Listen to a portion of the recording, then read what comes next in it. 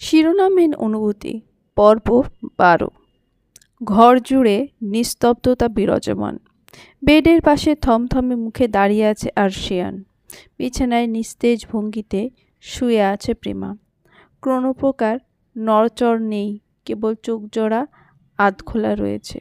তার পাশে বসে গম্ভীর মুখে প্রেশার মাপছে ইস্তিরাজ। কাজটা শেষ হতে আরশিয়ানের দিকে তাকিয়ে ধীর কণ্ঠে বলল, ব্লাড প্রেশার বেড়েছে। প্রেগনেন্সির ক্ষেত্রে এটা বেশ ঝুঁকিপূর্ণ। কথাটা শুনে প্রিমা চোখ বুজে ফেলল। লম্বা শ্বাস টেনে নিজেকে শান্ত করার চেষ্টা করলো। আরশিয়ান মলিন কণ্ঠে শুধালো, কোনো মেডিসিন দেওয়া লাগবে? ইস্তিরাজ দুজনের মুখাবয়ব অবলোকন করে অতঃপর জবাব দিল, না, কিন্তু পেশেন্টের সাথে আমার কিছু গুরুত্বপূর্ণ কথা আছে। আরশিয়ান সন্দিহান চোখে চাইল ইস্তিরাজ চোখের ইশারায় তাকে আশ্বস্ত করল। আরশিয়ান বেরিয়ে যাওয়ার সময় বলল, আমি ড্রয়িং রুমে আছি, কিছু লাগলে আওয়াজ দিস। ইস্তিরাজ মাথা নাড়িয়ে সায় জানালো। আরশিয়ান বেরিয়ে যেতে ইস্তিরাজ ভীষণ আদুরে কণ্ঠে প্রিমাকে বলল, রূপেঞ্জেল, আমরা কি বারান্দায় বসে কিছুক্ষণ কথা বলতে পারি? খোলা হাওয়ায় হয়তো ভালো লাগবে আপনার। প্রিমা চোখ মেলে চাইল। কথা বলার বিন্দুমাত্র ইচ্ছা নেই তার, কিন্তু এই মুহূর্তে মাইন্ড ডাইভার্ট করাটা ভীষণ জরুরি। তাই সে ধীর কণ্ঠে বলল, ঠিক আছে, কিন্তু আপনি রাগটা পরিহার করলে সুবিধা হয়। বয়সে আপনি আমার অনেকটা বড়। সম্পর্কের দিক দিয়ে বলতে গেলে আপনি আমার বড় ভাইয়ের মতো। এই জঘন্য আপনি ডাকটা বড্ড বেমানান লাগছে। ইস্তিরাজ অনুসন্ধানী চোখে চেয়ে তার মাইন্ড রিড করার চেষ্টা করলো। প্রত্যুত্তরে মুচকি হেসে বলল, এটা সময় সাপেক্ষ ব্যাপার রূপাঞ্জেল, আমি হেল্প করব উঠে বসতে। প্রেমা একটু বিভ্রান্ত হয়ে তাকালো, অতঃপর কি ভেবে যেন একটা হাত বাড়িয়ে দিল। ইস্তিরাজ যত্নের সাথে তার হাতটা ধরে তাকে ব্যালকনির সোফায় নিয়ে গিয়ে বসালো। আবহাওয়ার পরিবর্তন ঘটেছে। একটু আগেও কাঠফাটা রোদ্দুর ছিল, কিন্তু এখন আকাশে মেঘের রাজত্ব চলছে। বেশ ঠান্ডা বাতাস বইছে। ইস্তিরাজ প্রিমাকে বসিয়ে তার সামনে একটা চেয়ার টেনে বসে বলল, ঘণ্টাখানেকের জন্য মনে করুন আমি আপনার psychiatrist and I am not গনা জাজ ইউ ফর এনিথিং। এই যে মস্তিষ্কের ভেতর যেই না বলা কথাগুলো ঘুরপাক খেয়ে আপনাকে বিরক্ত করছে কিংবা হার্ট করছে, সেগুলো নির্দ্বিধায় বলে ফেলুন। আপনার যাবতীয় প্রশ্নের উত্তর আজ আমি আপনাকে দেব। আপনি কি এই আলোচনার পর্বে যেতে চান? প্রিমা স্তব্ধ হয়ে নিষ্পলকভাবে চেয়ে থেকে কিছু একটা ভাবল। বিগত কয়েকটা মাস যাবৎ নানাবিধ প্রশ্নের সাথে যুদ্ধ করতে করতে বড্ড বেশি অতিষ্ঠ হয়ে পড়েছে বেচারি। বাধ্য হয়ে ইস্তিরাজের কথা শুনে সম্মতি জানিয়ে বলল, জি। ইস্তিরাজ প্রিমার পানে দৃষ্টি নিক্ষেপ করে শান্ত কণ্ঠে শুধালো, আজকে কি এমন ঘটল যে আপনি এতটা অসুস্থ হয়ে পড়লেন? কি নিয়ে দ্বিধাদ্বন্দ্ব চলছে আপনার মনের মধ্যে? প্রিমা একটা দীর্ঘশ্বাস ফেলে সবটা খুলে বলল, অতঃপর শেষ প্রশ্নের জবাবে আর্দ্র স্বরে বলল, মানুষটা চমৎকার ব্যক্তিত্ব আমাকে এক প্রকার বাধ্য করেছিল অতীতের ভয়াবহ তিক্ততা ভুলে ভ্রান্ত ভালোবাসায় বিশ্বাস করতে। Still I love him badly. কিন্তু ওনার বলা কথাগুলো আমি কিছুতেই ভুলতে পারছি না। ওনার অনুতপ্ততা দেখে এক পর্যায়ে নিজের ভেতরকার সমস্ত দ্বিধা বাদ দিয়ে সম্পর্কটা মন দিয়ে মেনে নিতে চেয়েছিলাম, কিন্তু আজ ওনার আচরণ আমাকে রীতিমতো হতাশ করে দিয়েছে। সামান্য থেমে প্রেমা আবারও বলল, যে সম্পর্কে ভালোবাসা নেই সেটা কেবল গিল্ট, দায়বদ্ধতা কিংবা সন্তানের দোহাই দিয়ে টেনে নিয়ে যাওয়ার মতো সাহসিকতা আমার নেই। ভালোবাসাহীন সংসারে মেকি যত্নের চেয়ে একাকিত্ব বেছে নেওয়াটা বোধহয় উত্তম। কিন্তু এই আসামি নামক স্বামীর সাথে দূরত্ব বাড়ালেই বুকে অসহ্য যন্ত্রণা হয়। ইস্তিরাজ খুব সতর্কতার সাথে প্রিমার বলতে থাকা প্রত্যেকটা বাক্য মার্ক করে রাখছিল। সেই কথা বলা শেষ করতে ইস্তিরাজ ধীর কণ্ঠে শুধালো, অতীতের পুরো বিষয়টা মন মস্তিষ্ক থেকে সরিয়ে অতঃপর সুযোগ দেওয়ার সিদ্ধান্ত নিয়েছিলেন নাকি? শানের অনুতপ্ততা দেখে আকস্মিক এই সিদ্ধান্তে উপনীত হয়েছেন।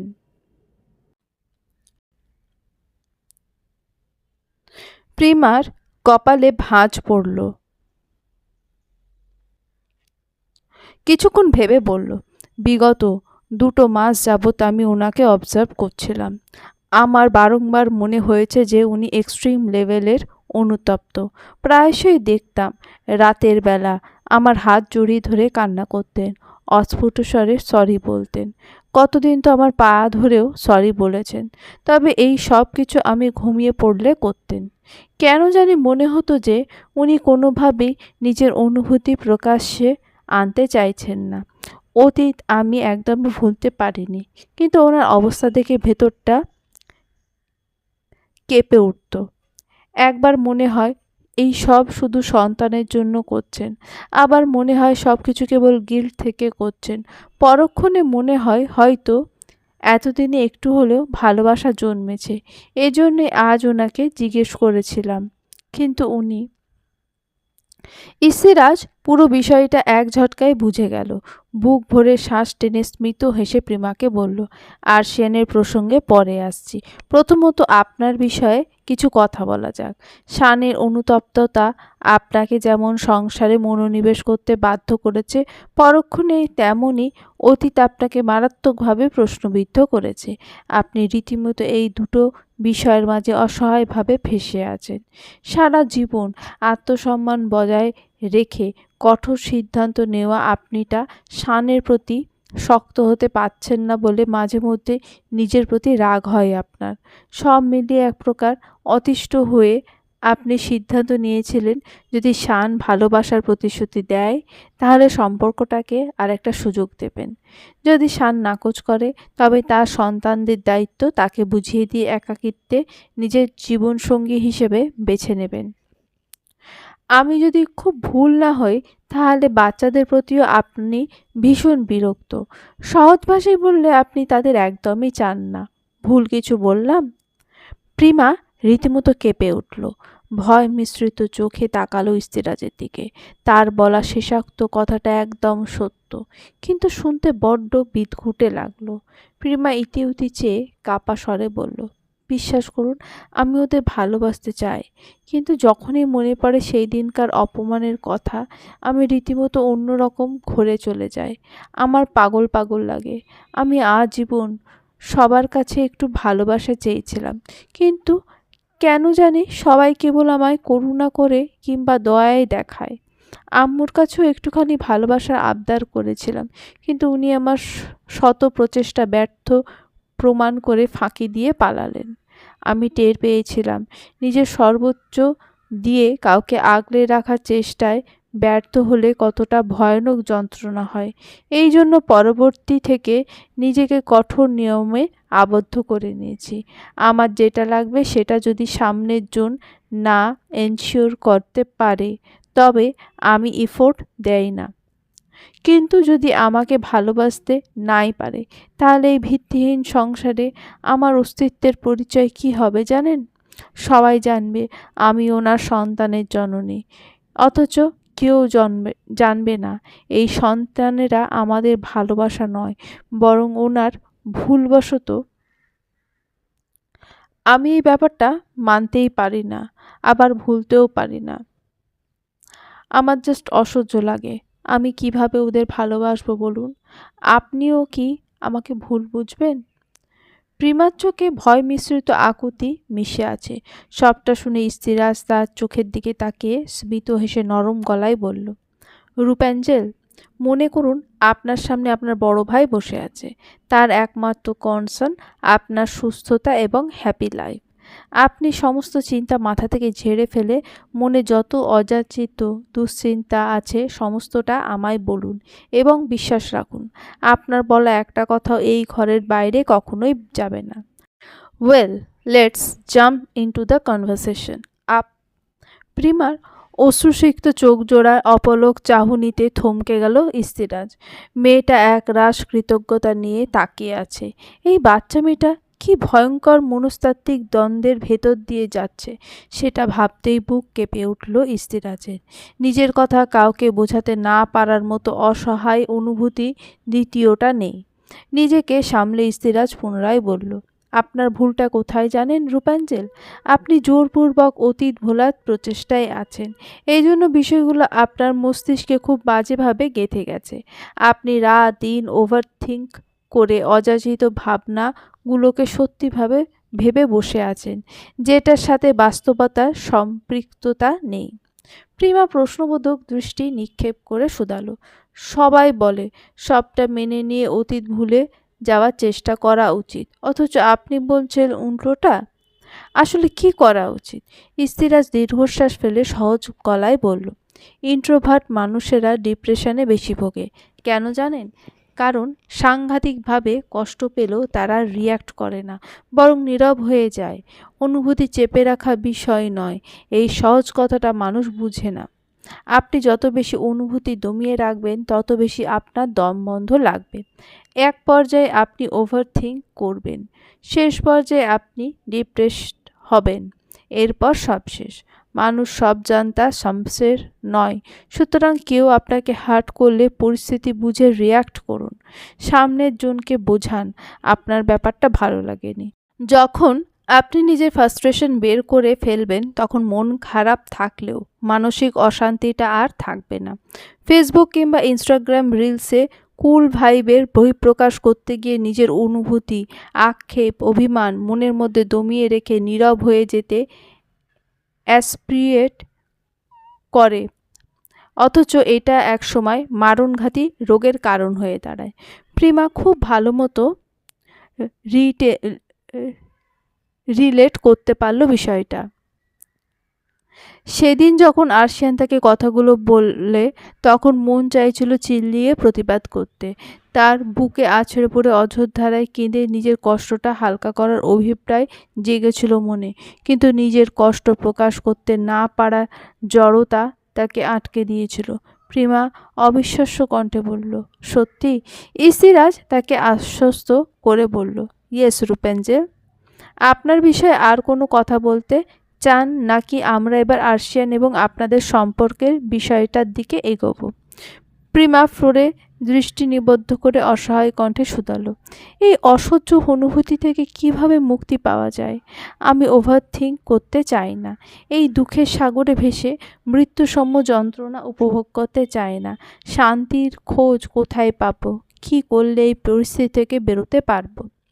প্রিমা ছটফটানি উপলব্ধি করতে পেরে ইস্তিরাজের বুক ভার হয়ে যায়। জিভ দ্বারা ঠোঁট ভিজিয়ে শান্ত কণ্ঠে শুধায়, আপনার কি করতে মন চায় রূপাঞ্জল? সব যুক্তি তর্ক, ঠিক ভুল এবং অন্যায় ন্যায় দ্বিধা ভুলে আপনার মন এবং মস্তিষ্কের ইচ্ছারা কি চায়? প্রিমা শূন্য দৃষ্টি নিক্ষেপ করে শান্ত গলায় বলল, ওনাকে প্রশ্নবিদ্ধ করতে মন চায়। ওনার সন্তানের জননী হওয়া সত্ত্বেও আমি কেন ওনার ভালোবাসা হতে পারলাম না সেই উত্তরটা চাই। আমি জীবিত থাকা সত্ত্বেও নিজেকে অন্য নারীর স্বামী হিসেবে দাবি করার অপরাধে ওনাকে আজীবন কেবল আমাতে আসক্ত থাকার মতো ভয়াবহ শাস্তি দিতে মন চায়। আমার প্রাপ্য অধিকারকে উদ্দেশ্য আদায়ের নাম দেওয়ার জন্য আমার সান্নিধ্য পাওয়ার অভিপ্রায় দরুন যন্ত্রণায় তাকে তরপাতে দেখতে চায়। সত্যি বলতে আমার চাহিদার অভাব নেই, সেই সাথে এইসব পূরণ হওয়ারও কোনো সম্ভাবনা নেই। ইস্তিরাজ অভিভূত হয়ে শুনল তার কথাগুলো। লাস্টের কথা শুনে ভ্রু কুঁচকে শুধালো, সম্ভাবনা নেই কেন? প্রিমা তাচ্ছিল্য হেসে বলল, সম্ভাবনা নেই কারণ মানুষটা রিক্ত। প্রথম প্রেম, প্রথম অনুভূতি, প্রথম স্ত্রীর তরে নিজের সর্বস্ব লুটিয়ে আমার জন্য কেবল দায়িত্বশীলতা অবশিষ্ট রেখেছে। ইস্তিরাজ শব্দ করে হেসে ফেলল। প্রিমা অবাক চোখে চাইল। ইস্তিরাজ তার চাহনি দেখে নিজেকে সামলে বলল, দুঃখিত, আমি হাসতে চাইনি, তবে আপনার কথা শুনে হাসি চেপে রাখতে কষ্ট হচ্ছিল। আরশিয়ান আমার নিজের ভাই না, তার সাথে আমার রক্তের সম্পর্ক নেই, ইভেন আমাদের সম্পর্কটাও মাত্র 8 বছরের। তবুও কেন জানি ওর মুখ দেখলে মনের খবর বুঝতে পারি। ওর কথা শুনলে এক ঝটকায় সমস্যা বুঝে যায়। আমার কাছে আরশিয়ান সেফ একটা খোলা বই, যার প্রত্যেকটা অধ্যায়ের সাথে আমি খুব ভালো মতো পরিচিত। দুনিয়ার সবাই কে ফাঁকি দিতে পারলেও এই রাজের কাছে বান্দা একদম ধরাশায়ী। আপনার প্রশ্নের উত্তর আমার কাছে আছে, তবে সেই পর্বে যাওয়ার আগে একটা ঘটনা শেয়ার করি। আপনি মেন্টালি স্ট্রং থাকলে বলবো, নয়তো পরবর্তীতে আলোচনা হবে এই বিষয়ে। ইসিরাজের সাথে কথা বলার পর প্রিমার মনটা একটু স্থির হয়েছে। বুকের ওপর চেপে বসা পাথরটা সরেছে। লম্বা শ্বাস ফেলে নিজেকে সামলে শান্ত স্বরে বলল, জি ভাইয়া, বলুন, আমি শুনছি। ইস্তিরাজ বুক ভরে শ্বাস টেনে বলতে শুরু করে, এক জঘন্য অতীতের বর্ণনা। আরশিয়ান অ্যাভারেজ পর্যায়ের স্টুডেন্ট ছিল। পড়াশোনার প্রতি তার তেমন কোনো আগ্রহ ছিল না, কারণ ছোটবেলা থেকেই তার একমাত্র নেশা ছিল নিজ যোগ্যতায় প্রতিষ্ঠিত হওয়া। তার এই মনোভাবটা আরিয়ান চৌধুরী বুঝেছিলেন বলে শান যখন অনার্স সেকেন্ড ইয়ারে ওঠে তখন তাকে জোরপূর্বক নিজের কোম্পানিতে ইনক্লুড করেন। তিনি চাননি শান অন্য কোথাও নিজের পরিশ্রম কিংবা মেধা ব্যয় করে তাদের প্রতিষ্ঠিত করুক। যথারীতি আরশিয়ান নিজের যোগ্যতা প্রমাণ করে। ওয়াসিসদের কুকর্ম ফাঁস করে দেওয়াই মূলত আরশিয়ান প্রিমার চাচার টার্গেটে আসে। সময় নিজের মতো পার হয়। আরশিয়ান যখন অনার্স ফাইনাল ইয়ারের স্টুডেন্ট, তখন তার পরিচয় হয় নিহারিকার সাথে। তাদের প্রথম দেখা হয় সিলেটে। বেড়াতে গিয়ে ভয়াবহ বন্যার কবলে পড়ে নিহা। আগ্রাসী বন্যায় তার একজন বান্ধবী নিখোঁজ ছিল। বেচারি আতঙ্কে পুরোপুরি থমকে গিয়েছিল। আরশিয়ানরা যখন ত্রাণ নিয়ে উপস্থিত হয় তখন নিহা তাদের সবটা খুলে বলে এবং অনুরোধ করে তার বান্ধবীর খোঁজ এনে দিতে। আরশিয়ানদের গ্যাংটা ছিল মূলত 7 জনের, তার মধ্যে 4 জন ছেলে 3 জন মেয়ে ছিল। আরশিয়ান ব্যতীত বাকিরা পার্টনার ছিল, বিধায় তারা একসাথে এসেছিল। নিহার কথা শুনে সকলে দুঃখ পায়, তবে আরশিয়ানের মুগ্ধ দৃষ্টি আটকে যায় নিহার কোমল আচরণে। মেয়েটা দেখতেও চমৎকার সুন্দরী ছিল। কিছু একটা ভেবে সে নিহাকে অফার করে তাদের সাথে আসতে। বাড়ির অন্যরা প্রথমে অনুমতি দিতে না চাইলেও নিহা তার বাসায় জানিয়ে আরশিয়ানদের সাথে বেরিয়ে পড়ে। ঘণ্টা 7 ধরে খুঁজেও কোনো হদিশ না পেয়ে নিহা ভেঙে পড়ে, কিন্তু এরপর আসলে কারোর কিছু করার ছিল না। ত্রাণ দেওয়া শেষ হতেই তারা ঢাকার উদ্দেশ্যে রওনা হয়। বাধ্য হয়ে নিহাও তাদের সাথে আসে। নিহার মন ভালো করার জন্য মেয়েরা তার সাথে কথা বলার চেষ্টা করছিল। কথায় কথায় তার ভার্সিটির কথা জিজ্ঞেস করলে আরশিয়ান জানতে পারে নিহা তার ভার্সিটির ফার্স্ট ইয়ারের স্টুডেন্ট। আরশিয়ান ওসব শুনেও নির্বাক থাকে। যথারীতি নিহাকে নামিয়ে দিয়ে আরশিয়ান বাসায় চলে যায়। এরপর আরও সময় পার হয়। ফাইনাল এক্সামের 1 মাস আগে কিছু গুরুত্বপূর্ণ নোটস কালেক্ট করতে আরশিয়ান ভার্সিটিতে আসে। আচমকা তার এক বন্ধু অসুস্থ হয়ে পড়ায় তাকে মেডিকেল সেন্টারে নিলে আরশিয়ান খেয়াল করে পার্শ্ববর্তী বেডে নিহা অচেতন হয়ে পড়ে আছে এবং তার পাশে 2 জন বান্ধবী দাঁড়িয়ে আছে। নিহা শুকনো মুখ আর হাড্ডিসার শরীরে অবস্থা দেখে আরশিয়ান ভীষণ অবাক হয়। কৌতূহল দামাতে না পেরে পাশে দাঁড়ানো মেয়েগুলোকে জিজ্ঞেস করে নিহার কথা। তারা জানায় খাবারের অনিয়মের ফলে মেয়েটা অসুস্থ হয়ে পড়েছে। শান মাথা ঘামায়নি, সে নিজের কাজ সেরে বেরিয়ে পড়ে। পরদিন অফিসে যাওয়ার পথে দেখে রাস্তায় ছোট একটা ভিড় জমেছে। সে কৌতূহলবশত এগিয়ে গেলে দেখতে পায় একটা বেঞ্চে বসে নিহা বমি করছে। তাকে ঘিরে দাঁড়িয়ে আছে কয়েকজন মানুষ। দায়িত্ববোধ এড়াতে না পেরে সামনে এগিয়ে গিয়ে আরশিয়ান তাকে রেস্কিউ করে এবং গাড়িতে বসিয়ে জানতে চায় তার এই অবস্থার কারণ। নিহা শান্ত স্বরে জবাব দেয়, তার বাড়ির মানুষজন ভীষণ স্ট্রিক্ট, প্রয়োজনীয় খরচের বাইরে 1 টাকাও দেয় না, বিধায় তাকে টিউশন করাতে হয়। একদিন টিউশন মিস গেলে টাকা কেটে নেবে, বিধায় অসুস্থ শরীরেও তাকে ছুটতে হয়েছিল। আরশিয়ান তাকে খাবার দাওয়ার বিষয়ে প্রশ্ন করলে নিহা মিনমিনে স্বরে জানায় মেসের খাবার সে খেতে পারে না। শান অবাক হয়ে তাকে বাইরের খাওয়ার কথা বললে নিহা জানায় খরচের জন্য বাসা থেকে খুবই সীমিত টাকা পাঠানো হয়। আরশিয়ান নিশ্চুপ হয়ে যায়। স্বনামধন্য প্রাইভেট ভার্সিটিতে পড়ানো মেয়ের ভরণ পোষণের জন্য উপযুক্ত টাকা পয়সা না দেওয়ার ব্যাপারটা তাকে ভাবিয়ে তোলে। সে কৌতূহলী হয়ে নিহাকে তার পরিবারের ব্যাপারে জিজ্ঞেস করলে জানতে পারে নিহা ওয়াসিস্ট পরিবারের সদস্য। সে কিঞ্চিত অবাক হয়। নিহা আরও জানায় তার বাবা মারা যাওয়ার পর তারা এক প্রকার পরগাছার মতো বেঁচে আছে। আরশিয়ানের ভীষণ খারাপ লাগে। সে দোষীকে শাস্তি দিতে চেয়েছিল, কিন্তু তার জন্য কিছু নিরপরাধ মানুষকে ভুগতেও হচ্ছে। সহমর্মিতা থেকে সে নিহাকে একটা জবের অফার দেয়। নিহা বাধ্য মেয়ের মতো কৃতজ্ঞতা জানিয়ে সেটা অ্যাকসেপ্ট করে। নিহার জবটা বড্ড সিম্পল ছিল। সে বাসায় বসে অফিসের স্টাফদের কাজকর্ম মনিটর করত এবং দিন শেষে রিপোর্ট আরশিয়ানকে জানাতো। এইভাবে আস্তে ধীরে সময় পার হতে থাকে। শান এবং নিহার মাঝে একটা বন্ধুত্বপূর্ণ সম্পর্ক গড়ে ওঠে। এর মাঝে ফাইনাল পরীক্ষার জন্য ভার্সিটিতে কদিন ছুটি দিলে নিহা তার বাসায় যায়। নিহার কাজকর্ম দেখে নাহার তাকে প্রশ্ন করলে নিহা সরল গলায় সব কিছু খুলে বলে। সবটা শুনে নাহারের চোখ জোড়া খুশিতে চকচক করে ওঠে। তার বুঝতে বাকি থাকে না আরশিয়ান নিহার প্রতি দুর্বল। তিনি তৎক্ষণাৎ সবটা আরভিদের বাবাকে জানান। তারা একটা মিটিং বসিয়ে নিহাকে বোঝায় আরশিয়ান তার বাবার খুনি। নিহার মাঝে প্রতিশোধ পরায়ণ সত্তা জেগে ওঠে এবং সে তাদের কথা মতো আরশিয়ানের থেকে প্রতিশোধ নেওয়ার ফন্দি আঁটে। খুব অল্প সময়ের মাঝে নিহা নিজের দুঃখ শুনিয়ে তার মনে জায়গা করে নেয়। নেহা মূলত তার মায়ের অনাদরে বড় হয়েছে। নাহারের নিহাকে নিয়ে কোনো মাথা ব্যথা ছিল না। নিহা তার কাছে কেবল একটা উটকো ঝামেলা ছিল, যার পেছনে টাকা গুনতে সে নারাজ ছিল। নাহারের অবজ্ঞা নিহাকে বাধ্য করে টাকার বিনিময়ে নিজের সম্ভ্রম বিলাতে। এই সব কিছুই আরশিয়ান জানত না।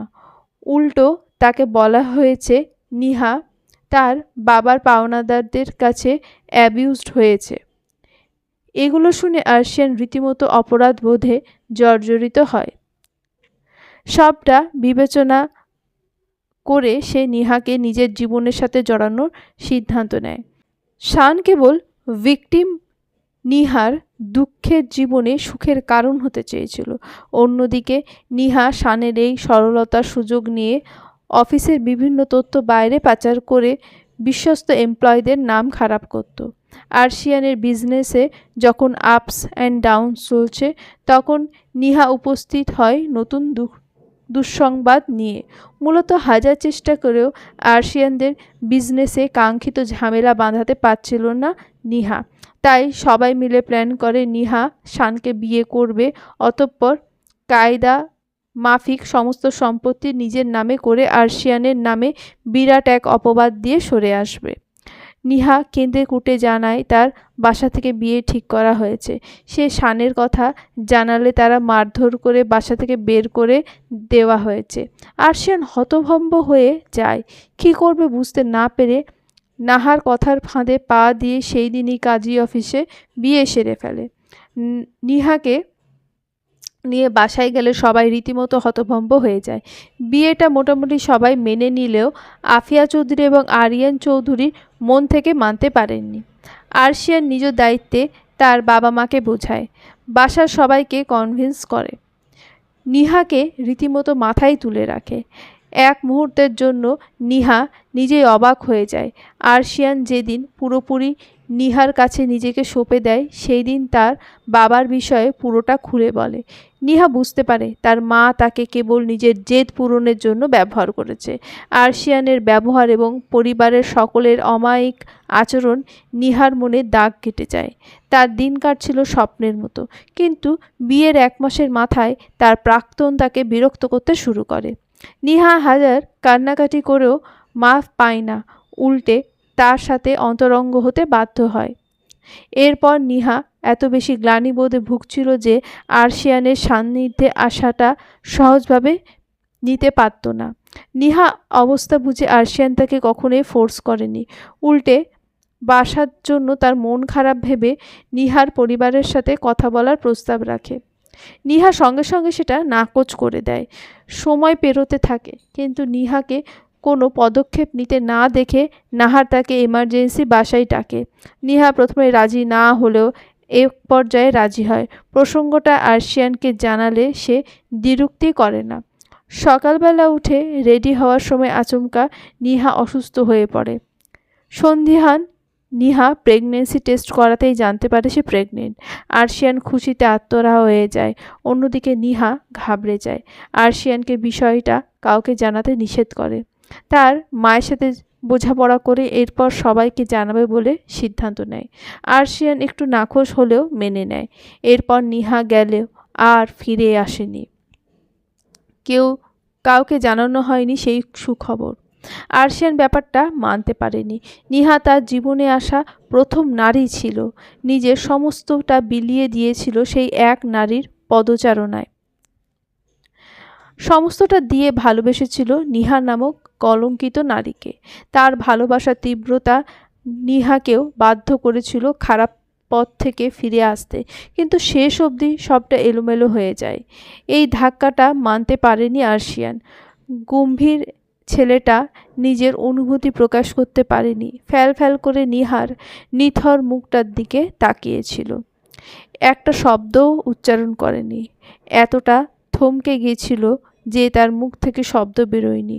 নিহাকে যখন দফন করা হয় তখন আইসিইউর কাঁচ ঘেরা ঘরটায় অন্তিম শ্বাস টানছিল আরশিয়ান। ডক্টররা আশা ছেড়ে দিয়েছিলেন, কিন্তু শেষ পর্যন্ত উপরওয়ালা আফিয়া চৌধুরীর কোলে তার সন্তানকে ফিরিয়ে দেন। আরশিয়ান সুস্থ হওয়ার পরও চরম অসুস্থতায় ডুবে যায়। বাধ্য হয়ে তাকে বাইরে পাঠিয়ে দেন আরিয়ান চৌধুরী। বাবা মায়ের অসহায় স্বর আরশিয়ানকে বাধ্য করে দেশ ছাড়তে। বাইরে গিয়ে তার ট্রিটমেন্ট শুরু হয়। ভ্রমের জীবন থেকে আস্তে ধীরে বেরিয়ে আসে আরশিয়ান।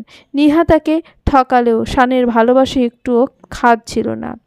শুদ্ধ পুরুষের ভালোবাসা হয় নিখুঁত, এবং তা কেবল সৌভাগ্যবতী নারীর কপালেই জোটে। নারী অসুন্দর হোক কিংবা ছলনাময়ী, সে যদি ভাগ্যবতী হয় তবে দুনিয়ার জীবনের সমস্ত সুখ তার পদচরণে থাকে। অতীতের বর্ণনা দিয়ে থামল ইস্তিরাজ। প্রিমার দিকে তাকাতেই দেখল তার চোখ জোড়ায় লজ্জা মিশ্রিত ঘৃণা ফুটে উঠেছে। ইস্তিরাজ ধীর স্বরে ডাকল, লিটল এঞ্জেল। প্রিমা চোখ তুলে তাকাতেই তার অশ্রু সজল অখি হতে বেহায়া অশ্রুরা গড়িয়ে পড়ল। অন্যদিকে চোখ ফিরিয়ে ঠোঁট কামড়ে কান্না আটকানোর বৃথা চেষ্টা করল। ইস্তিরাজ তা দেখে হতাশ কণ্ঠে বলল, কান্না আটকে রাখতে নেই রূপেঞ্জেল। ব্যাস, এই এক কথায় প্রিমা শব্দ করে ফুপিয়ে উঠল। প্রিমার খারাপ লাগা বুঝতে পেরে ইস্তিরাজ তাকে একটু সময় দিল সামলে যেতে। কিছুক্ষণ পর ইস্তিরাজ শান্ত কণ্ঠে আবার বলল, আপনাকে অতীত বলার কারণটা কি জানেন? প্রিমা নির্বিকার দৃষ্টি নিক্ষেপ করে শুধালো, কি? ইস্তিরাজ আলতো হেসে বলল, আরশিয়ান আপনাকে কেন ভালোবাসে না বা ভালোবাসলেও কেন স্বীকার করছে না সেটা বোঝাতে পুরনো কাসুন্দি ঘাঁটতে হয়েছে। জাস্ট ইমাজিন, একটা চমৎকার বুঝদার ছেলে তার ভালোবাসার মানুষকে হারিয়ে প্রথমত মেন্টালি আনস্টেবল হলো, অতঃপর তার স্ত্রীকে নিঃস্বার্থভাবে ভালোবেসে 8 বছর একাকিত্ব এবং পুরনো স্মৃতি আঁকড়ে বেঁচে রইল। একজন সুস্থ সবল এবং প্রাপ্তবয়স্ক পুরুষের জন্য নারী সঙ্গবিহীন থাকাটা এতটাও সহজ নয়। তার ভালোবাসার টানটা কতটা শক্তপোক্ত হলে সে দ্বিতীয়বার বিবাহ বন্ধনে আবদ্ধ হওয়া সত্ত্বেও তার স্ত্রীর সান্নিধ্যে যাওয়ার থেকে বিরত থাকে, সেটা নিশ্চয়ই আপনাকে বুঝিয়ে বলতে হবে না। এবার আপনিই বলুন, সেই অভাগা পুরুষ যখন জানতে পারে তার প্রথম স্ত্রী একজন ছলনাময়ী ছিল এবং তার জীবনে এসেছিল কেবল তাকে ধ্বংস করতে, তখন তার অনুভূতি কেমন হবে? যে পুরুষটা শর্তবিহীন একজন কলঙ্কিত নারীকে নিজের জীবনে ঠাঁই দেওয়ার পর জানতে পারে সেই নারী তার স্ত্রী হওয়া সত্ত্বেও অন্য পুরুষের সান্নিধ্যে গেছে এবং তার সন্তান গর্ভে ধারণ করেছে, তখন তার ভালোবাসা নামক শব্দে আদৌ বিশ্বাস থাকবে? এতক্ষণ দুঃখের সাগরে ভাসলেও এবার প্রিমার অকেজো মস্তিষ্ক একটু সচল হয়। ইস্তিরাজের কথাগুলো ধরতে পেরে তার বুকটা কেঁপে ওঠে। সে বিড়বিড়িয়ে প্রশ্ন করে, আপনি বলতে চাইছেন আরশিয়ান আমাকে ভালোবাসে, কিন্তু স্বীকার করতে এবং মানতে ওনার যত বাধা? প্রিমার বুদ্ধিমত্তা দেখে ইস্তিরাজের মুখে হাসি ফুটে ওঠে।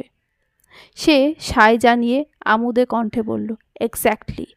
আপনি নিজেই চিন্তা করুন, বিয়ের পর আরশিয়ানের জন্য আপনি স্রেফ একটা দায়িত্ব ছিলেন। তার প্রথম দিকের আচরণের সাথে এখনকার আচরণে কোনো মিল আছে? যদি কেবল দায়িত্ব হতেন তাহলে শান আপনাকে স্ত্রী হিসেবে মর্যাদা দিত? যদি কেবল দায়িত্বই হতেন তাহলে আপনাকে নিজের কাছে রাখার জন্য আরশিয়ান ডেসপারেট হতো?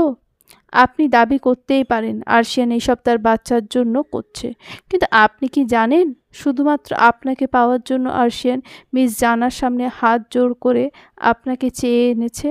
সেলফ দায়িত্বের জন্য পুরুষ মানুষ কখনো মাথা ঝোঁকায় না রূপাঞ্জল। তার আচরণ বিশ্লেষণ করলে বুঝতে পারবেন আপনার বিশুদ্ধ পুরুষ আপনার ভালোবাসায় রীতিমতো তলিয়ে গেছে। শুধু স্বীকারোক্তি দিতেই তার আজন্মের ভয়। প্রকাশ্যে যত্ন নিতেও তার মধ্যে ইনসিকিউরিটি কাজ করবে, যেটা একদমই নর্মাল। আপনি যেমন ট্রমার মধ্যে দিয়ে যাচ্ছেন, আপনার হাজবেন্ডও তেমন নিজের কৃতকর্মের জন্য সাফার করছে। প্রিমা কনফিউজড হয়ে জিজ্ঞেস করল, সবটা বিশ্লেষণ করে শেষ পর্যন্ত ব্যাপারটা হলো এই যে মিস্টার আরশিয়ান ইসফার চৌধুরীর মনে আমার জন্য হিউজ ফিলিংস আছে, তবে ওনার প্রকাশ করতে ভয় হয়। আমি যে সংসারটা ছাড়ার সিদ্ধান্ত নিয়েছিলাম সেটা তাহলে পরিবর্তন করা উচিত? প্রিমার বাচ্চা মেয়েতে ইস্তিরাজ হাসল। নারীর মন বোঝা বড়ই দায়। এই কিছুক্ষণের আলাপে একবার প্রিমা কেঁদেছে, একবার বিষণ্ণতায় ডুবেছে, কখনো তেজ দেখিয়েছে, আবার কখনো অভিমান প্রকাশ করেছে। সবশেষে এখন উচ্ছ্বসিত হয়ে তাকে উদ্ভট প্রশ্ন করছে। ইস্তিরাজ গলা খাঁকড়ি দিয়ে সহজ গলায় বলল, আমি কখনোই আপনাকে আত্মসম্মানের সাথে আপোষ করতে বলবো না। আপনার যদি মনে হয় অতীতের কারণে বিচ্ছেদের সিদ্ধান্ত নেওয়া উচিত, তাহলে আমিও আপনাকে সাপোর্ট করব। আবার আপনার যদি মনে হয় আরশিয়ানকে আরেকটা সুযোগ দিয়ে পুরো বিষয়টা আরও ভালোভাবে পরীক্ষা নিরীক্ষা করে অতঃপর সিদ্ধান্ত নেওয়া উচিত, তাহলেও আমাকে পাশে পাবেন। সর্বোপরি আমি চাই আপনি হঠকারিতা নয়, বরং মেন্টালি স্ট্রং হয়ে নিজের ভালোর জন্য যেটা বেস্ট হয় সেই সিদ্ধান্তে উপনীত হন। সামান্য থেমে ইস্তিরাজ আবারও বলল, আপনার মাঝে একটা ভ্রান্ত ধারণা আছে যেটা আমার ক্লিয়ার করা উচিত। ওয়েট, কিছু শোনায় আপনাকে। কথাটা বলে ইস্তিরাজ একটা অডিও রেকর্ডার প্লে করে, যেখানে সেদিনকার গাড়ির কনভারসেশনটা শোনা যায়। আরশিয়ান অকপটে তার দোষ স্বীকার করে এবং বলে সে প্রিমাকে জেনে বুঝেই কাছে টেনেছে, কিন্তু পরবর্তীতে আরভিদের কথার ফাঁদে পা দিয়ে প্রিমাকে ভুল বুঝে অপবাদ দিয়েছে। প্রিমার মনে হলো তার মস্তিষ্ক থেকে বিশাল একটা চিন্তার পাহাড় নামলো। ইস্তিরাজ রেকর্ডিং অফ করে বলল, মানুষ একা বাঁচতে পারে না। একাকিত্বের যন্ত্রণা কতটা ভয়ানক এটা আপনাকে বুঝিয়ে বলার কিছুই নেই। দিন শেষে প্রত্যেকটা মানুষের একজন ব্যক্তিগত মানুষের প্রয়োজন হয়। আপনার যদি মনে হয় আপনি শান এবং আপনার বাচ্চাদের ছেড়ে ভালো থাকবেন, তাহলে বিচ্ছেদের সিদ্ধান্তটা একদম উপযুক্ত। আবার আপনার যদি মনে হয় আরশিয়ানের সান্নিধ্যে এবং বাচ্চাদের ছাড়া দূরে থাকলে আপনার আত্মসম্মান বজায় থাকলেও মানসিক শান্তি জানলার ফাঁক গলিয়ে পালাবে, তাহলে এই সংসারে থেকে যাওয়াটা আপনার জন্য উত্তম সিদ্ধান্ত। সুযোগ দেওয়া মানে আত্মসম্মানের সাথে আপোষ করা নয়, বরং সম্মান অক্ষুণ্ণ রেখে সামনের জনকে নিজের ভুল শুধরে নিতে বাধ্য করা। আমি শুধু পসিবিলিটি বললাম, বাকিটা আপনার সিদ্ধান্ত। মানুষ কতটা বুদ্ধিমান হলে এতটা চমৎকারভাবে সব কিছু বিশ্লেষণ করতে পারে সেটা জানা নেই প্রিমার। শুধু এতটুকু অনুধাবন করল আরশিয়ান ভীষণ লাকি এই রকম বন্ধু কপাল গুণে পাওয়া যায়।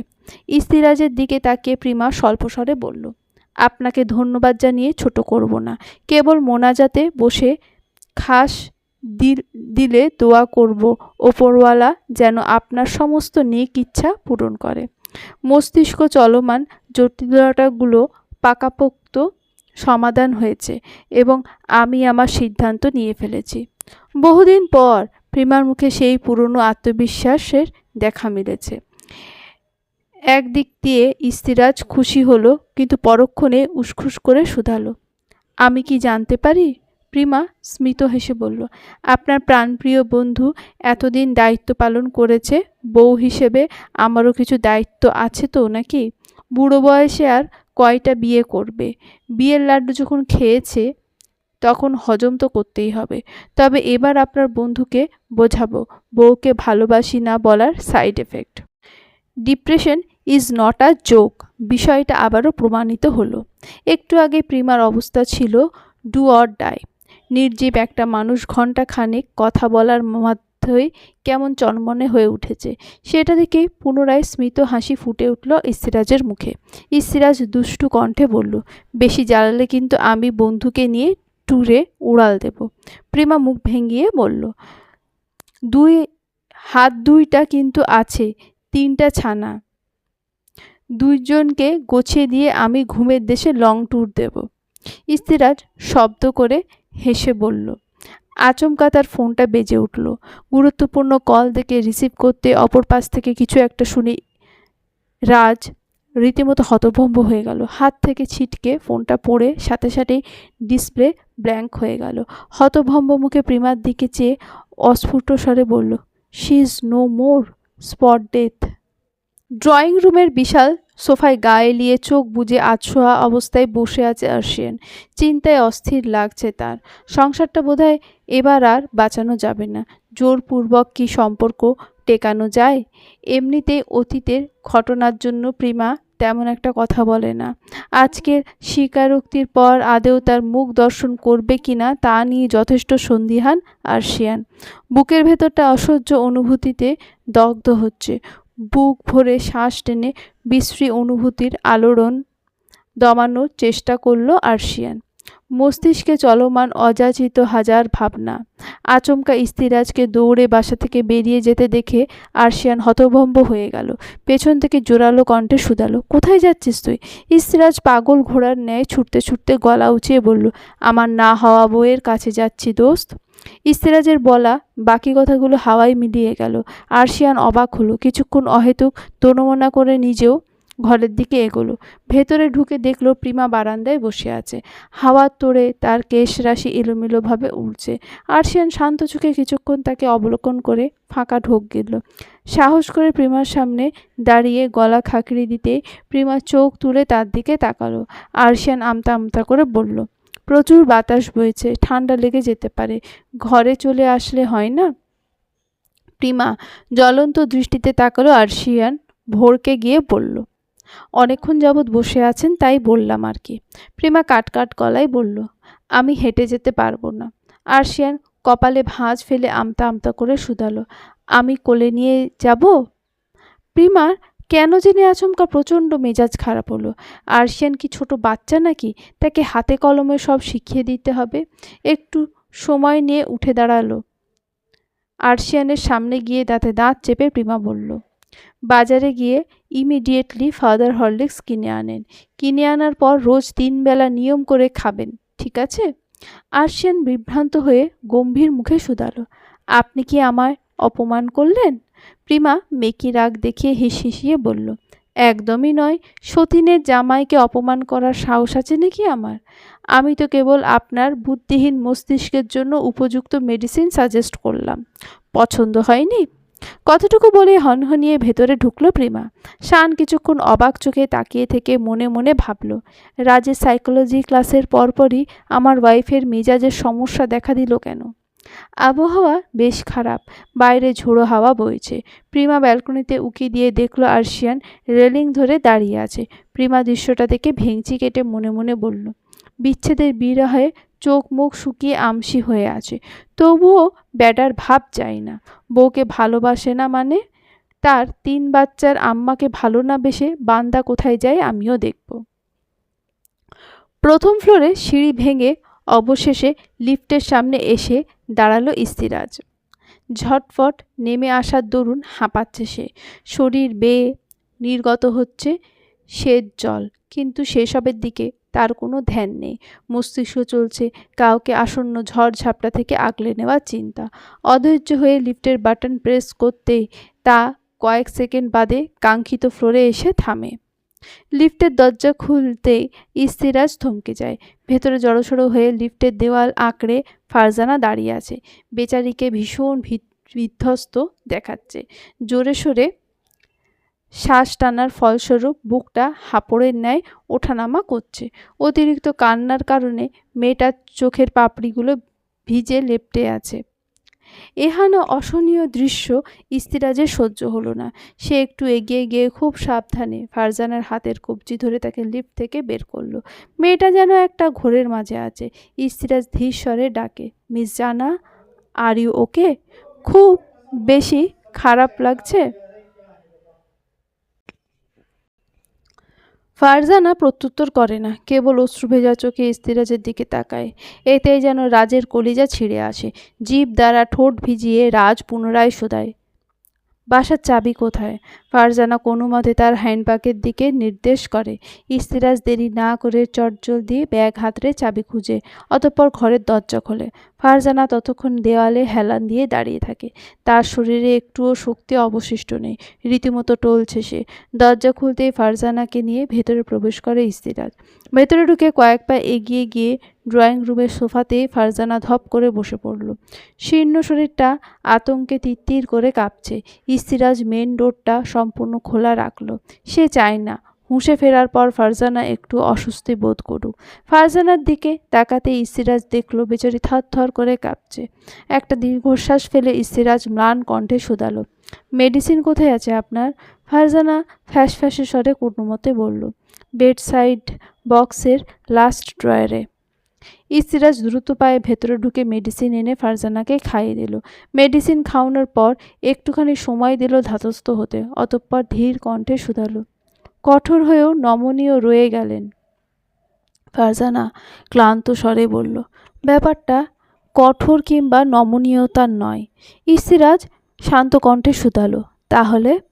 ফারজানা একটু থেমে অতঃপর বলল, রুহের হায় কতটা ভয়ঙ্কর হয় সেটা চাক্ষুষ প্রমাণ আমাকে থমকে দিয়েছিল। রিভেঞ্জ অফ নেচার কাউকে চুল পরিমাণ ছাড় দেয় না। সেটার উৎকৃষ্ট প্রমাণ দেখে আমি জাস্ট খেয়ে হারিয়ে ফেলেছিলাম। ফারজানার শরীরটা খারাপ থাকায় হাফ টাইম অফিস করে দুপুরে সিক লিভ নিয়েছিল। অফিস থেকে তার বাসার দূরত্ব মাত্র 20 মিনিটের। সে সচরাচর হেঁটেই যাতায়াত করে। আজকেও পায়ে হেঁটে মোটামুটি 5 মিনিটের রাস্তা অতিক্রম করার পর অতিরিক্ত যানজট দেখে তার ভ্রু কুঁচকে আসে। সাধারণত সেই রাস্তায় কখনোই জ্যাম বাঁধে না। আজকে এমন হওয়ায় সে কিঞ্চিত অবাক হয়। উপরন্তু কজন মানুষের উদ্ভট কথা শুনে শেষমেশ বুঝতে পারে সামনে বড়সড় ধরনের একটা অ্যাক্সিডেন্ট হয়েছে এবং ভিকটিম কোনো এক নেতার বউ। তবে দুঃখের বিষয় হলো সেই ভদ্রমহিলা এবং তার 3 বছরের সন্তান স্পটেই মারা গেছে। ফারজানা যথেষ্ট শক্তপোক্ত মানুষ, এইসবে তার তেমন একটা ভয় করে না।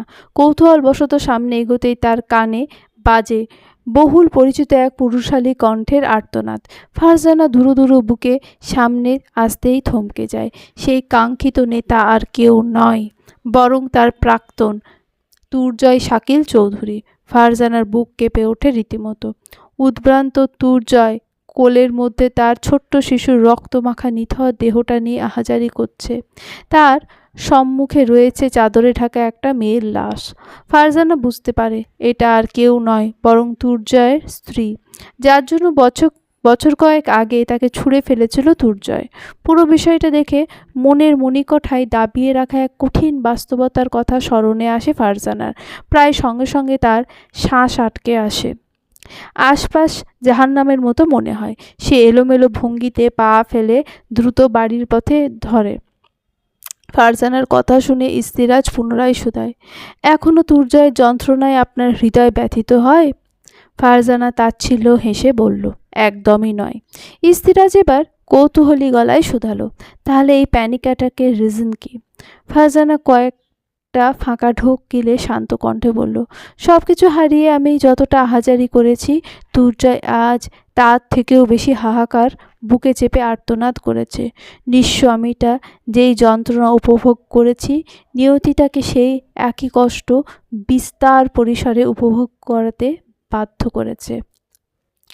দিন শেষে আমি সুখী থাকলেও প্রকৃতি তার আজন্মকালের সুখ কেড়ে নিয়েছে।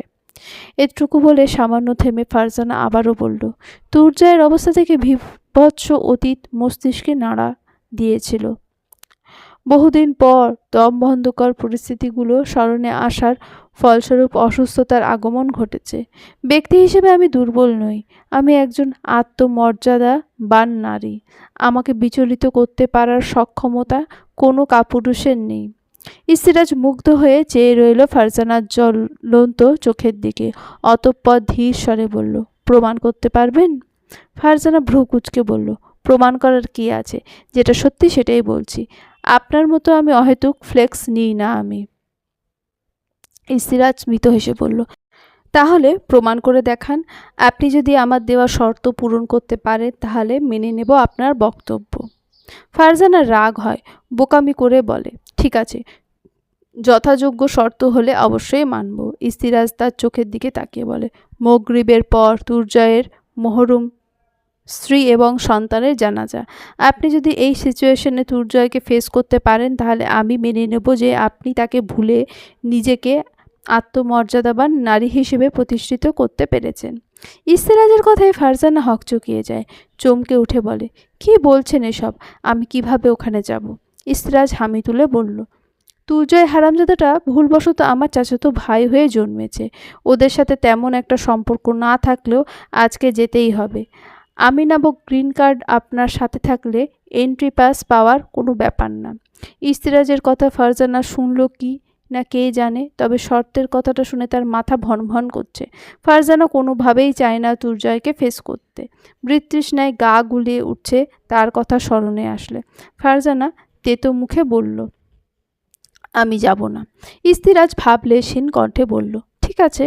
ফারজানা কিছুক্ষণ পর উসখুস করে শুধালো, আপনি কি আমায় ব্যক্তিত্বহীন ভাবছেন? ইস্তিরাজ সহজ গলায় বলল, সেটা কি স্বাভাবিক নয়? তুর্জয়ের দুঃখ সহ্য করতে পারবেন না বলেই তো যাচ্ছেন না। মনে মনে এখনও তার জন্য অপেক্ষা করেন নাকি? ফারজানা রেগে মেগে অধৈর্য গলায় বলল, কী সব ফালতু কথা বলছেন? একজন বিবাহিত পুরুষের জন্য আমি কেন অপেক্ষা করতে যাব? তুর্জয় আমার সাথে যা করেছে তারপর ওর জন্য দুঃখ পাওয়ার মতো মহান দরদি মানুষ আমি নই। ইস্তিরাজ স্বাভাবিক কণ্ঠে বলল, তাহলে ওখানে যেতে সমস্যা কোথায়? ফারজানা ক্ষণিক থেমে অস্বাভাবিক রকমের শান্ত গলায় বলল, কিছু না বলা অপ্রিয় অতীত সামনে চলে আসবে, যেটা বহু বছর যাবৎ বুকের গহীনে অতি কষ্টে দাফন করে রেখেছি। সবটা সামনে আসলে নতুন করে কলঙ্কিত হবে আমার সত্তা। একটা ভুলের মাসুল আর কত দেব? ইস্তিরাজ শান্ত কণ্ঠে বলল, আরেকটাবার কলঙ্কিত হয়ে যান না হয়। আমার মন বলছে মিস জানা, এরপর উপরওয়ালা সুখের আব্রুতে আপনাকে এমনভাবে মুড়িয়ে দেবে যে আপনি দুঃখের সংজ্ঞাটা ভুলে যাবেন। ফারজানা চোখ তুলে তাকিয়ে শীতল কণ্ঠে শুধালো, অতীতের স্মৃতি কি হবে? ইস্তিরাজ হালকা হেসে বলল, স্মৃতি সে তো সচল মস্তিষ্কের নীরব ঘাতক এবং ক্ষতবিক্ষত হৃদয়ের স্বৈরাচারী শাসক। আমৃত্যু ওটা থেকে নিস্তার পাওয়া দুষ্কর। ফারজানা নিশ্চুপে শুনল, কথা বাড়াতে ইচ্ছে করছে না। ইস্তিরাজ উঠে বিদায় নিতে চাইলে ফারজানা বলল, আমি যেতে চাই, নিয়ে যাবেন আমাকে? ইস্তিরাজ মনে মনে হাসে, এটাই তো চেয়েছিল সে। ফারজানাকে জোর করার মূল উদ্দেশ্য হলো তাকে সুস্থ করে তোলা। প্যানিক অ্যাটাক একটা ভয়ঙ্কর রোগ। যতক্ষণ না একজন ব্যক্তি তার ট্রমা কাটিয়ে উঠে ততক্ষণ তার লাগাতার প্যানিক অ্যাটাক হতে থাকে। এই অ্যাটাক হার্টের জন্য অত্যন্ত ক্ষতিকারক। ফারজানা যখন গুলিবিদ্ধ হয়ে হসপিটালে ভর্তি হয় তখন ইসিরাজ চুপিসারে একজন সাইকিয়াট্রিস্টের সাথে ফারজানার পরিচয় করিয়ে দেয়। ব্যাপারটা গোপন হওয়ায় মেডিসিন কিংবা কার্যকরী থেরাপি দেওয়া সম্ভব হয়নি, তবে ডক্টর তার সমস্যা চিহ্নিত করতে পেরেছিলেন এবং ইসিরাজকে বলেছিলেন তাকে এক্সপোজার থেরাপি দিতে। এক্সপোজার থেরাপি মানে হলো ভিকটিমকে তার অতীত কিংবা ট্রমার সাথে পরিচয় করানো। তখন সম্ভব না হলেও এখন যখন সুযোগ মিলেছে তখন ইসিরাজ পিছু হটবে না। ভাবনা থেকে বেরিয়ে এসে ফারজানার দিকে তাকিয়ে গম্ভীর স্বরে বলল, যাওয়া যাক তাহলে। আলিশান ডুপ্লেক্স বাড়ির গেট পেরিয়ে ইসিরাজের গাড়ি ভেতরে প্রবেশ করতেই ফারজানার হৃদস্পন্দনের গতি বৃদ্ধি পায়।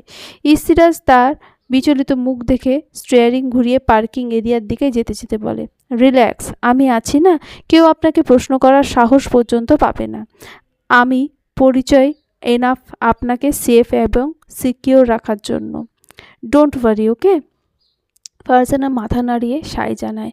সাহস করে চলে আসলো, এখন তার সব কিছু অসহ্য লাগছে। ইসিরাজ কিছু একটা ভেবে ফারজানাকে বলল, বাসার কারোর সাথে অহেতুক আলাপে যাওয়ার দরকার নেই। আমি জানাজায় গেলে আপনাকে আমার রুমে দিয়ে আসব। কেউ নক করলে দরজা খোলার দরকার নেই। আপনি চাইলে একটা শর্ট ন্যাপ নিতে পারেন। আমি জলদি চলে আসব, কেমন? ফারজানা আতঙ্কিত চোখে তাকিয়ে বলে, আপনি যাবেন না প্লিজ, আমার দম বন্ধ লাগছে, মনে হচ্ছে আমি মরে যাব। ইসিরাজ ফারজানার দিকে সামান্য ঝুঁকে ধীর স্বরে বলে ওঠে, আমি বাঁচিয়ে নেব আপনাকে। বৈধ অনুমতি থাকলে অবশ্যই বাঁচানোর প্রক্রিয়াটাও বর্ণনা করতাম। ফারজানা ছিটকে সরে এসে অস্ফুট স্বরে বলল, আল্লাহ বাঁচাইছে, ভাগ্যিস বৈধ অনুমতি নেই। ইসিরাজ ঠোঁট কামড়ে হেসে গাড়ি পার্ক করে এসে ফারজানাকে নিয়ে বাড়ির ভেতরে যায়। ভেতরে প্রবেশ করতেই আগরবাতির কড়া গন্ধে ফারজানার দম বন্ধ হয়ে আসে। বিশাল রাজকীয় ড্রয়িং রুমের সর্বত্র শোকের মাতম বিরাজমান, কান্না চাপা গুঞ্জন শোনা যাচ্ছে সর্বত্র। ফারজানা ইসিরাজের বাহু খামচে ধরে। ইসিরাজ ক্ষুরধা দৃষ্টিতে তার অবস্থান পরখ করে ড্রয়িং রুমের মাঝামাঝিতে রাখা দুটো লাশের খাটিয়ার দিকে টেনে নিয়ে যেতে লাগলো। ফারজানা হাত টেনে ধরে বলল, জীবন্ত কবরস্থ হওয়ার মতো যন্ত্রণা আমি সহ্য করতে পারবো না। দোহাই লাগে আল্লাহর, আমাকে ওখানে নেবেন না, আমি মরে যাব না হলে। ফারজানা ভুলভাল বকছে। ইসিরাজ দেখল এসি চলা সত্ত্বেও বেচারি দর করে ঘামছে। লাশের দিকে নেওয়ার পরিকল্পনাটা স্থগিত করল রাজ। ফারজানাকে ড্রয়িং রুমে রাজকীয় সোফায় বসিয়ে এক গ্লাস ঠান্ডা পানি ব্যবস্থা করতে ছুটল। সবাই লাশের দিকটায় ব্যস্ত থাকায় প্রথমে ইসিরাজের উপস্থিতি কেউ টের পায়নি, কিন্তু পরবর্তীতে তাকে দেখে সকলে রীতিমতো চমকে ওঠে। প্রায় 17 বছর পর বাপের ভিটায় পা পড়ল ছেলেটার। অভিমান কি তবে কমেছে? ভুলেছে অতীত? উত্তর জানে না কেউই। তবে সকলে ছুটে আসলো তার কাছে। ইসিরাজ ভাবলে সেন ভঙ্গিতে সবার আদর ভালোবাসা গ্রহণ করে হাতের পানির গ্লাসটা সোফায় বসে থাকা ফারজানার দিকে এগিয়ে দিল। তাহার এহেন কাণ্ডে এবার সকলের নজরে এসে স্থির হয় ফারজানার পানে। কেউ কিছু বলার আগে রাজ গম্ভীর কণ্ঠে বলে, she is my would be wife. কোনো প্রকার প্রশ্ন পর্বে যাওয়ার অনুমতি নেই। এই টপিক এখানেই ক্লোজ। এবার আসি মেইন টপিকে। তোমাদের বৌমা মরেছে বলে আসিনি, মেয়েটা আমার মামাতো বোন বলেই দায়িত্ববোধের খাতিরে উপস্থিত হয়েছি। মরা বাড়িতে এসেছি, কিছুক্ষণ থেকে আবার চলে যাব। এমন কোনো অযাচিত কাণ্ড করো না যাতে চৌধুরী বাড়ির প্রত্যেকটা কিটের জীবন প্রদীপ নেভাতে আমাকে বাধ্য করতে হয়। ইউ গাইজ নো ওয়েল আমি কে এবং আমি কি করতে পারি। ইসিরাজের এহেন ঠান্ডা গলার হুমকিতে সবাই জমে গেল। ফারজানার উপর যে কয়টা কৌতূহলী দৃষ্টি ছিল সব কয়টা নিমেষেই সরে গেল। হুট করে ফারজানা আর্তনাদ করে উঠল। ইসিরাজ তড়িৎ গতিতে তার দিকে তাকিয়ে শুধালো, কি হয়েছে? ফারজানা ব্যথাটা হজম করে বলল, নিচে বোধহয় কাঁচ জাতীয় কিছু ছিল, পা সরাতে গিয়ে বিঁধে গেছে। ইসিরাজের কপালে রগ ফুলে ওঠে রীতিমতো। সে হাঁটু ভেঙে ফারজানার পাশে বসে তার পা হাতের উপর নিয়ে বাকিদের উদ্দেশ্যে চিল দিয়ে বলে, চৌধুরী বাড়ির কালো টাকার পাহাড়ে ধস নেমেছে নাকি? স্ট্যান্ডার্ড মানের স্যালারি দিয়ে কয়জন ভালো মানের গৃহ পরিচালিকা রাখার সামর্থ্য হারিয়েছে? লাইফলেস পাবলিক কোথাকার। ইসিরাজের রাগ দেখে সকলে চুপসে গেছে। লাশের দিকটায় যারা আছে তারা এখনও এই দিকের খবর জানে না বলে বাড়িতে চাপা গুঞ্জন বিরাজমান। যদি জানতো তাহলে কারোর মুখ থেকে একটা শব্দও নির্গত হতো কিনা সন্দেহ। ইস্তিরাজের বড় ফুপু দ্রুত ফার্স্ট এড কিট এনে দেয়। ইস্তিরাজ কাঁচের টুকরো সরিয়ে ভালো মতো ব্যান্ডেজ করে দেয়। সবাই কাচুমাচু ভঙ্গিতে দাঁড়িয়ে আছে। ইস্তিরাজ তাতেও বিরক্ত হয়। রাম ধমক দিয়ে বলে, সার্কাস চলছে এখানে? দাওয়াত দিয়ে ডেকে এনেছি আপনাদের, লাশ ওইদিকে আছে, চোখে দেখেন না? অন্যের সুখে নজর দিতে পই পই করে চলে আসেন কেন? ইস্তিরাজকে অসংলগ্ন আচরণে মেজাজ খুইয়ে বসে ফারজানা। পারিবারিক বিষয় বলে কিছু বলতে পারছিল না, তবে এবার বাধ্য হয়ে বলল, কি শুরু করেছেন আপনি? এখানে আসার আগে ম্যানার্স গুলিয়ে খেয়ে ফেলেছেন? সবাই বিস্মিত চোখে তাকালো ফারজানার দিকে। তার অবস্থা কী হবে সেটা ভাবতেই শিউরে উঠল সবাই। তবে তাদের অবাক করে দিয়ে ভীষণ নমনীয় স্বরে ইস্তিরাজ বলে উঠল, আই এম সো সরি, আর হবে না, আপনাকে রুমে দিয়ে আসি। সকলে ফাটা চোখে তাকালো রীতিমতো। ফারজানা ওসবের তোয়াক্কা না করে এক পলক ড্রয়িং রুমের ওপর পাশে থাকা লাশের খাটিয়ায় দুটোর দিকে তাকিয়ে আস্তে ধীরে উঠে যায়। ফারজানাকে রেখে ইস্তিরাজ বেরিয়ে পড়ল জানাজার উদ্দেশ্যে। ইস্তিরাজের ঘরের ব্যালকনিটা চমৎকার। অভ্যন্তরে কোনো সাজসজ্জা না থাকলেও বাইরের দৃশ্যটা খুবই সুন্দর। নিচে থাকা সুবিশাল বাগান এবং সুইমিং পুল এর ইনফিনিটি ভিউ দেখে ফারজানার অস্থির মনটা শান্ত হয়ে এলো। তাকে রুমে বসিয়ে দেওয়ার পর কেউ আসেনি। ফারজানা নিজেও বের হয়নি। প্রায় ঘন্টা দিনেক পেরিয়েছে, কিন্তু ইস্তিরাজ এখনও আসেনি। ফারজানা সিদ্ধান্ত নিয়েছে এবার ইস্তিরাজ আসলেই তারা বেরিয়ে পড়বে। এখানে এসে বহুত বড় সাহসিকতার পরিচয় দিয়েছে সে। আর কিছুই প্রমাণ করতে চায় না সে। আপন ভাবনায় ব্যস্ত ফারজানার ভ্রম কাটল এক পুরুষালী কণ্ঠে করা প্রশ্নের ফলে। ফারজানা তড়িৎ গতিতে সাইডের দিকে তাকিয়ে দেখল তার সামনে দাঁড়িয়ে আছে তার সবচেয়ে অপ্রিয় অতীত, তার প্রাক্তন তুর্জয় শাকিল চৌধুরী। ছেলেটার একটুও পরিবর্তন ঘটেনি। আগের মতোই শক্তপোক্ত বলিষ্ঠ দেহ, গমগমে পুরুষালী স্বর এবং একই ঘন বিশিষ্ট চোখে আকর্ষণীয় পাপড়ি রয়েছে। তবে পার্থক্যটা অন্য জায়গায়। আগে এইসব কিছু ফারজানাকে মুগ্ধ করত, আর আজ কেবল অন্তঃপটে বৃত্তৃষ্ণা সৃষ্টি করছে। আলো আঁধারির মাঝে ডুবে থাকা বারান্দা, রাস্তায় জ্বলতে থাকা সোডিয়ামের লাইটের আলোয় হালকা আলোকিত। সেই নরম আলোয় ফারজানা স্পষ্ট দেখল একজোড়া নিষ্প্রাণ রক্তিম চোখ অসহায় হয়ে তার দিকে চেয়ে আছে। ফারজানাকে নিশ্চুপ দেখে তুর্জয় পুনরায় শুধায়, প্রচণ্ড ঘৃণা করো আমায়, তাই না? পাপ যেহেতু করেছি সেহেতু ঘৃণাটা আমার প্রাপ্য। কিন্তু এত ভয়ঙ্কর অভিশাপ কেন দিয়েছিলে আমায়? অন্যায় তো আমি করেছিলাম, শাস্তিটা আমার সন্তান কেন পেল ফারজানা?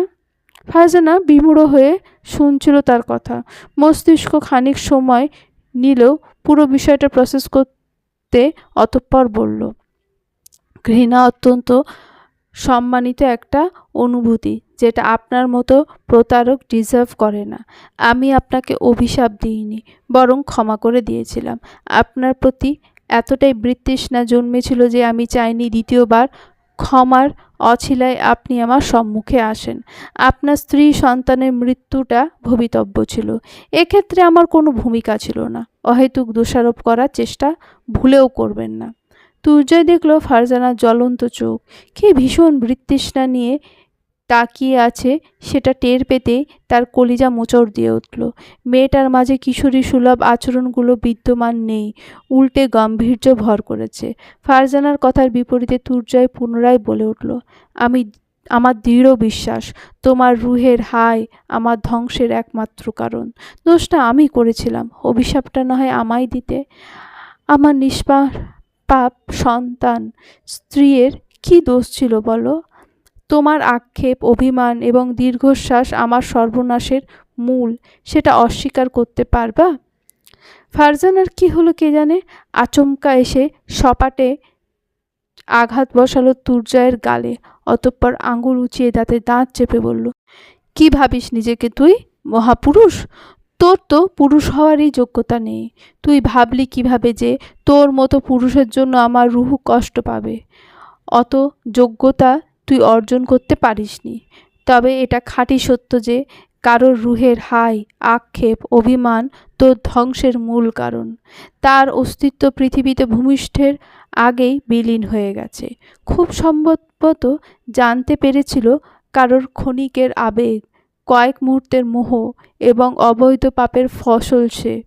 এই জন্যই মুখ ফিরিয়ে নিয়েছিল এবং আমাকে বাঁচিয়ে দিয়েছিল আরেকটা কলঙ্কের হাত থেকে। ফারজানার চোখে মুখে ফুটে উঠছে ব্যথার অভিব্যক্তি। চুল খামচে ধরে ফোপাচ্ছে বেচারি। এদিকে তুর্জয় কথাগুলো শুনে হতভম্ব হয়ে শোধায়, তুমি প্রেগনেন্ট ছিলে? আমার সন্তান তোমার গর্ভে ছিল? আমাকে জানানো হয়নি কেন ব্যাপারটা? এখন কোথায় সে? নাকি মেরে ফেলেছ ওকে? ফারজানা গন্ধরত সুরে চেঁচিয়ে উঠে বলল, অভিনেতা হিসেবে শীর্ষ পদক দেওয়া উচিত তোকে। কি বলেছিলি মনে নেই? সম্পর্ক ছিন্ন করে সমস্ত যোগাযোগ বন্ধ করে হানিমুনে ব্যস্ত পাবলিক এতদিনে নিজের মৃত সন্তানের অস্তিত্ব নিয়ে ব্লেম করছে আমাকে। তোকে জুতো মালা পরালেও জুতোরাই লজ্জা পেয়ে যাবে। তবুও তোর মতো বেহায়া এবং অবিবেচক জীবনেও শুধরাবে না। খানিকক্ষণ থেমে জোরে সোরে শ্বাস টানল ফারজানা। ক্রমশ দম বন্ধ হয়ে আসছে তার। কি নিদারুণ যন্ত্রণায় বুকটা নিষ্পেষিত হচ্ছে তা বর্ণনাতীত। তুর্জয়কে বিমূঢ় হয়ে চেয়ে থাকতে দেখে ফারজানা পুনরায় ফ্যাঁসফ্যাঁসে কণ্ঠে পড়ল, রুহের হায় সংগঠিত সর্বনাশের কথা বলছিলে না? মজার ব্যাপার কি জানিস? আমি তোকে ছেড়ে দিলেও তোর নিজের অস্তিত্ব তোরে রেহাই দেয়নি। তুই যেমন তার অস্তিত্বের খোঁজ রাখিসনি, সেও তেমন তোর সুখের অস্তিত্ব অক্ষুণ্ণ রাখেনি। তার আক্ষেপ তোকে আজীবন পোড়াবে, তার অভিমান তোকে আজীবন কাঁদাবে। লোক ঠকিয়ে নিজের সুখে থাকতে চেয়েছিলি না? তার বদদোয়া তোর শান্তি পর্যন্ত ছিনিয়ে নিয়েছে। তুর্জয় যেন পাথর বনে গেছে। ফারজানার অবস্থা তখন বেগতিক। শরীরে ভারসাম্য বজায় রাখতে না পেরে দেওয়ালে হেলান দিয়ে দাঁড়িয়ে সে। তুর্জয় সেসব তোয়াক্কা না করে পুনরায় সোজায়, আমার সন্তানকে কোথায় কবরস্থ করা হয়েছে? তুর্জয়ের প্রশ্নে আচমকা ফারজানা হো হো করে শব্দ করে হেসে দেয়। অতঃপর বুক চাপড়ে আর্তনাদ করে বলে, তোর মতো সুখী ব্যক্তি আমি হতে পারিনি। 3 বছরের সন্তানকে বুকে আগলে আদর করে অতঃপর বিদায় জানানোর পর তুই আক্ষেপ ঝাড়ছিস, অথচ মাত্র 5 সপ্তাহের ভ্রূণের আদলে থাকা সন্তানকে হারিয়েও আমাকে কান্না গিলে ফেলতে হয়েছিল, নয়তো সমাজ জেনে যেত এক অবৈধ ফসলের গল্প। তুই কবরের খোঁজ করছিস? আমি তো তার অবয়বও দেখিনি, শুধু দেখেছি চাপা রক্তের দলা। শেষবার তাকে আঁকড়ে ধরে একটু মমতা মিশ্রিত আদরও দিতে সক্ষম হয়নি। একদম চুপিসারে এসেছিল এবং অজান্তেই চলে গেছিল। সামান্য থেমে ফারজানা পুনরায় হাঁপানো স্বরে বলে উঠল, নির্দোষ আর দোষী ফতুয়া দিচ্ছিলি না? আমি তোকে বলি শোন, এই নিষ্ঠুর পৃথিবীতে কেবল পাপীরাই অক্ষত থাকে, আর পাপীদের পাপের ছায়া অনলে দগ্ধ হয়ে নির্দোষরা পুড়ে মরে। যেমন পাপ করেছি আমি, অথচ খেসারত গুনতে হয়েছে আমার ছায়ার অতলে থাকা ওই অজানা অস্তিত্বটা, ঠিক তেমনই লোক ঠকিয়েছিস তুই, কিন্তু আল্লাহ কেড়ে নিয়েছে তোর স্ত্রী সন্তানের জীবনটা। ফারজানা আর নিজের উপর কন্ট্রোল রাখতে পারল না। গলিয়ে বমি করে ভাসালো ফ্লোর। ইস্তিরাজ এতক্ষণ ঘরে বসে যাবতীয় আলোচনা শুনছিল। ফারজানার বমির আওয়াজ শুনে ভ্রম থেকে বেরিয়ে দৌড়ে বারান্দায় গিয়ে ফারজানাকে আগলে নেয়। ফারজানা একটুও ভারসাম্য বজায় রাখতে পারে না। ইস্তিরাজ ও না পাতে তাকে নিয়ে ফ্লোরে বসে পড়ে। ফারজানা থরথর করে কাঁপছে। থেমে থেমে ঝাঁকুনি দিয়ে উঠছে তার শরীর। অযাচিত কত শত কথা অস্ফুট স্বরে বলছে, তবে রাজ সেসব পাত্তা না দিয়ে ওর মাথাটা বুকে চেপে ধরে ধীর গলায় বলল, রাগ, অভিমান, আক্ষেপ, আফসোস যা ছিল সব ঝেড়ে ফেলেছেন, এবার শান্ত হন। চোখ মেলে দেখেন আপনি কোথায় আছেন। এখানে অবস্থান করলে কোনো বিপদ আপনাকে ছুঁতে পারবে না। একটুখানি স্বাভাবিক হওয়ার চেষ্টা করেন, নয়তো আমি বেসামাল হয়ে যাব। আপনাকে কষ্ট দেওয়ার প্রত্যেকটা কারণকে নিমেষেই অস্তিত্বহীন করে ফেলব। আপনি কি তাই চান? ফারজানা খামচে ধরে আটকালো ইস্তিরাজকে। এতক্ষণ দাঁড়িয়ে এসব দেখলেও শেষমেশ তুর্জয় প্রস্থান করে। ফারজানা তখন অচেতন অবস্থায় লেপ্টে ছিল ইস্তিরাজের বুকে। ফারজানার গালে হাত রেখে ইস্তিরাজ বারংবার তাকে ডেকে যাচ্ছিল। আচমকা তার হাতে আঠালো জাতীয় উষ্ণ তরলের মতো কিছু একটা আসে। হাতটা চোখের সামনে ধরতেই দেখে টকটকে লাল তাজা রক্ত। ইস্তিরাজ হতভম্ব হয়ে ফারজানার পালস চেক করতে কিছুটা স্বস্তি অনুভব করে। অতিরিক্ত মানসিক চাপে পড়লে নাক কিংবা মুখ হতে রক্ত নির্গত হওয়াটা স্বাভাবিক। ইস্তিরাজ লম্বা একটা শ্বাস ফেলে ফারজানাকে আলতো করে ডেকে বলে, সব কষ্ট আজ এই পাপিষ্ট মহলে দফন করে দেন। এরপর থেকে এই সুন্দর মুখটাই কেবল সুমিষ্ট হাসি দেখতে চাই এবং হাসির পেছনের কারণটাও কেবল আমিই হতে চাই। একটু বেশি ভদ্রলোকের ভূমিকা পালন করে ফেলেছি। এবার আসল ফর্মে ব্যাক করতে হবে। আমার আপকামিং বাচ্চারা টিকিটের অপেক্ষায় অপেক্ষমান। That's why I have to be a little অসভ্য man. Please don't mind miss Jana. চলবে।